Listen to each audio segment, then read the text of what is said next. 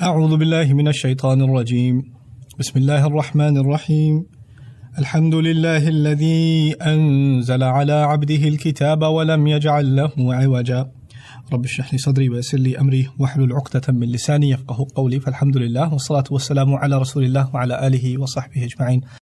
সকলকে আসসালামু আলাইকুম ওয়া রাহমাতুল্লাহি ওয়া বারাকাতুহু। আজকে আমি আশা করছি যে আমি নিজে এবং আপনারা সকলেই সূরা কাহফ সম্পর্কে কিছুটা জানতে পারবো, যেটা হলো কোরআনের 18তম সূরা। আমি সূরাটি সম্পর্কে কিছু বিখ্যাত বর্ণনা দিয়ে শুরু করব। আন আবি দারদা আন্না নবী সাল্লাল্লাহু আলাইহি ওয়াসাল্লাম قال من حفظ 10 آيات من أول سورة الكهف عصم من دجال। আবু দারদা কর্তৃক বর্ণিত রাসূল সাল্লাল্লাহু আলাইহি ওয়াসাল্লাম বলেছেন, সূরা কাহফের প্রথম 10টি আয়াত যে মুখস্থ করবে সে দাজ্জালের ফিতনা অথবা দাজ্জালের পরীক্ষা অথবা স্বয়ং দাজ্জাল বা ভণ্ড মাসিহ থেকে সুরক্ষিত।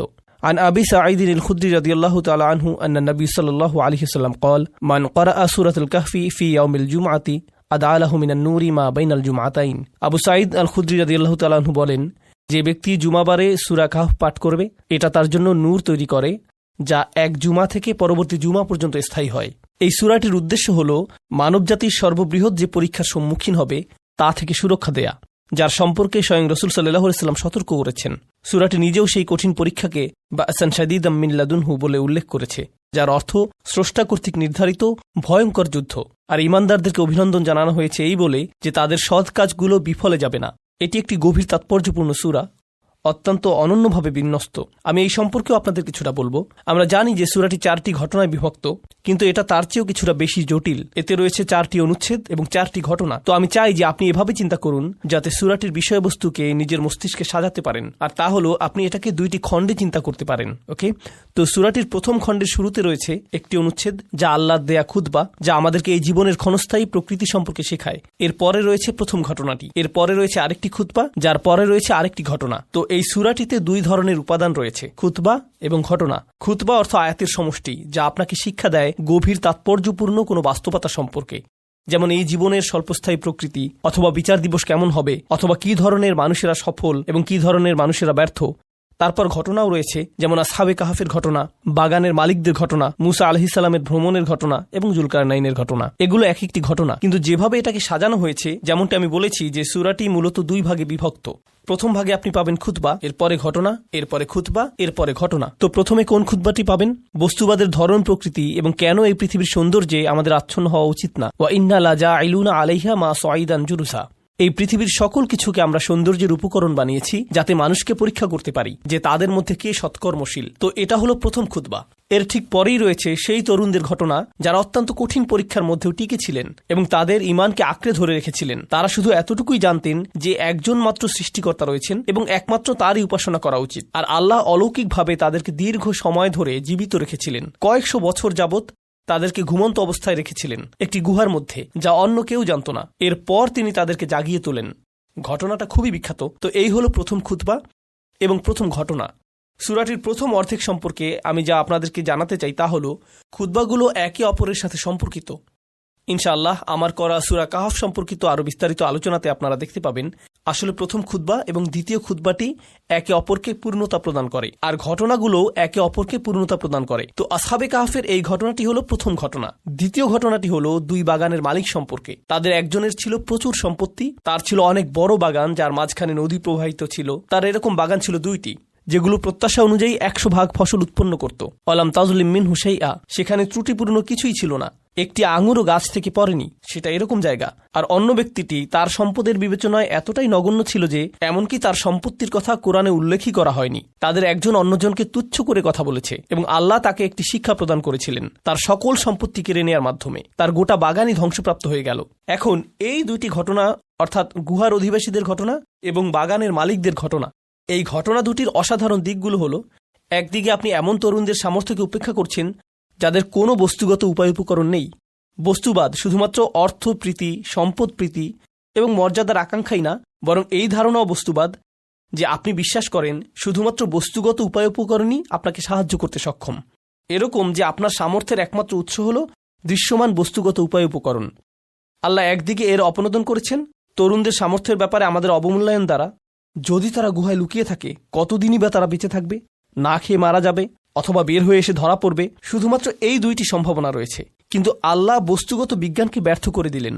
এই তরুণদের জন্য প্রকৃতির নিয়মের ব্যত্যয় ঘটালেন এবং তাদেরকে রক্ষা করলেন। আল্লাহর পক্ষ থেকে যে সম্ভাবনা রয়েছে তাকে আমাদের অবমূল্যায়ন করা উচিত না। আর এটা মনে রাখা উচিত যে বস্তুগত জগৎ আল্লাহর নিয়ন্ত্রণাধীন। তো পরের ঘটনায় অবমূল্যায়ন করা হচ্ছে না, বরং অতিমূল্যায়ন করা হচ্ছে।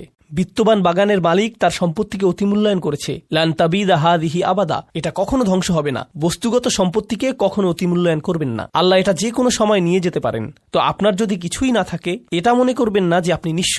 আপনার এখনো আল্লাহ আছেন। আর আপনার যদি সকল কিছু থাকে, এটা মনে করবেন না যে আপনার সব কিছু আছে। আল্লাহ এই সকল কিছু নিয়ে যেতে পারেন। তাই এটা মনে রাখবেন যে প্রকৃতপক্ষে আপনার কিছুই নেই। ইন্না লিল্লাহি ওয়া ইন্না ইলাইহি রাজিউন। তো এভাবেই এই দুইটি ঘটনা এবং দুইটি অনুচ্ছেদ একে অপরের সাথে সম্পর্কিত, আর এভাবেই তারা বিন্যস্ত হয়েছে। অনুচ্ছেদ, ঘটনা, অনুচ্ছেদ, ঘটনা।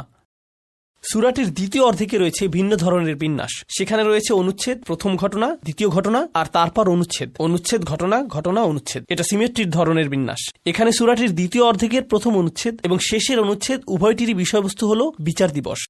উভয় অনুচ্ছেদেই রয়েছে সেই দিবসে কোন সত্য প্রতীয়মান হবে তা নিয়ে।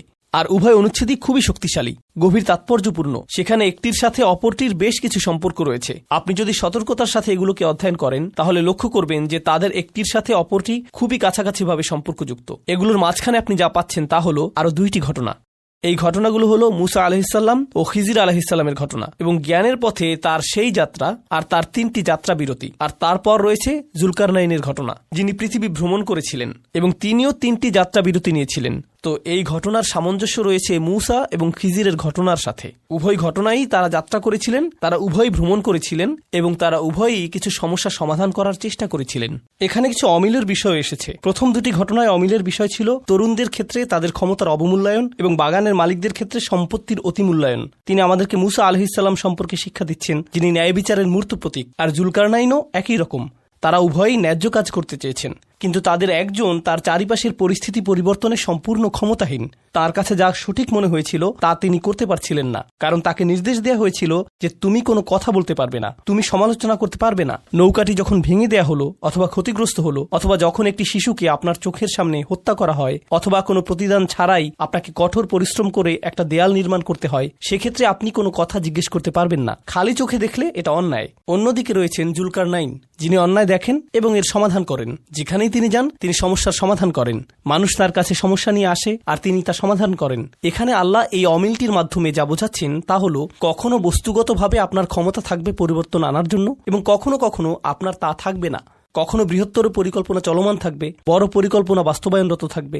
আর ইমানদারদেরকে অনুধাবন করতে হবে যে কখনো তাদের নাগালের মধ্যে বস্তুগত উপায় উপকরণ থাকবে এবং অন্য সময় তাদের নাগালের মধ্যে বস্তুগত উপায় উপকরণ থাকবে না, সঠিক কাজটি করার জন্য, ন্যায় বিচারকে কার্যকর করার জন্য। আর আমাদের অবস্থা এই দুইটির মধ্যে যে কোনো একটি হতে পারে। আর এই সবগুলো ঘটনার সারাংশ হিসেবে আল্লাহ বিস্ময়কর এই সূরাতে আমাদেরকে যা দিয়েছেন তা হলো পার্থিব জীবনের প্রতি আমাদের কাঙ্ক্ষিত দৃষ্টিভঙ্গি। ক্ষমতা থাকাটা আশীর্বাদ নয়, ক্ষমতা বঞ্চিত হওয়াটাও আশীর্বাদ নয়। আপনার যদি ক্ষমতা থাকে, এটাকে সঠিক পথে ব্যবহার করুন। যখন আপনার ক্ষমতা না থাকে, অনুধাবন করুন যে আপনার এখনো অনেক কিছু করার আছে, আপনার এখনো অনেক কিছু শেখার আছে এবং আপনার কাছে ক্ষমতা না থাকার পেছনেও কারণ রয়েছে।